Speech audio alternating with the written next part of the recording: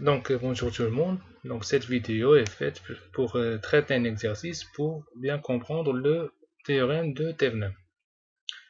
Donc l'exercice qu'on va traiter, le voici. Donc voici le schéma. C'est comme le pont de Whetstone.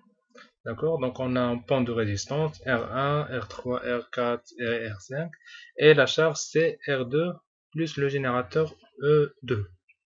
Donc les données sont donc E1 est égal à 10 volts, E2 5 volts, R1 est égal à R3 est égal à R4 est égal à 100 ohms, R2 est égal à 50 ohms.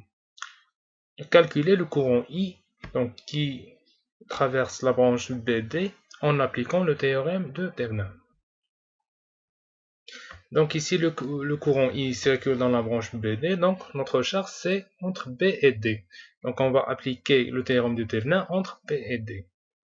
Donc voici notre schéma. Donc la première chose, on va calculer la résistance de Thevenin.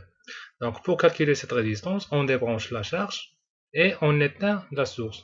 Donc rappel pour l'éteinte des sources, une source de tension va devenir un fil et une source de courant va devenir un circuit ouvert. Donc après avoir éteint le générateur E1, donc on va le remplacer par un fil et on a débranché la charge. D'accord? Donc maintenant, on va calculer la résistance équivalente de Thevenin entre B et D. Donc toujours, on commence par le point D et on voit combien de chemins on a. Donc ici, on a deux chemins possibles. Donc le premier chemin va parcourir donc, la résistance R1. D'accord? Il va arriver au point A et puis il va traverser la résistance R3 pour arriver au point D.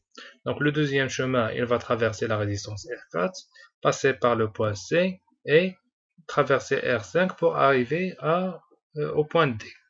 Notez bien que le point A et le point C sont reliés par un fil. Donc on va les lier par un fil, d'accord? Donc maintenant on remarque que R1 et R4 sont en parallèle. Donc rappel pour les résistances en parallèle, si leurs entrées sont connectées et leurs sorties seront connectées. Donc R1 et R4 sont en parallèle et R3 et R5 sont en parallèle. Donc la résistance équivalente de Thevenin est R1 en parallèle avec R4 plus R3 en parallèle avec R5. Et si on fait l'application numérique, ça va donner donc 96,42 ohms. Donc maintenant on va calculer E Thevenin. D'accord? Donc pour calculer E Thevenin, on débranche la charge et on calcule E Thevenin. Donc E Thevenin est égal à UBD qui est égal à UAD moins UAB. Donc calculer E Thevenin revient à calculer UAD moins UAB. Donc UAB est égal à R1 sur R1 plus R4 fois E1 parce que R4 et R1 sont en série. Donc est égal à 3 volts si on a fait l'application numérique.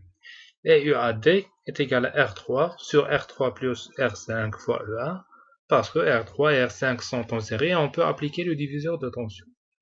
Donc E Thevenin ce n'est que UAD moins UAB et qui est égal à 3,85 volts.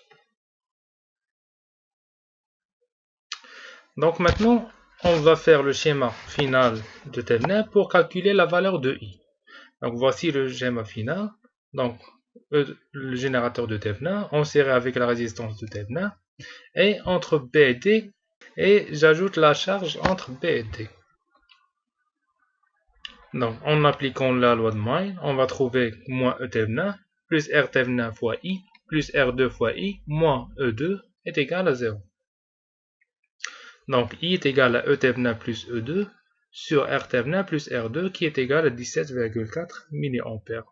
Donc, on arrive à la fin de cette vidéo. Merci pour votre attention et abonnez-vous si vous avez aimé la vidéo. Donc, au revoir.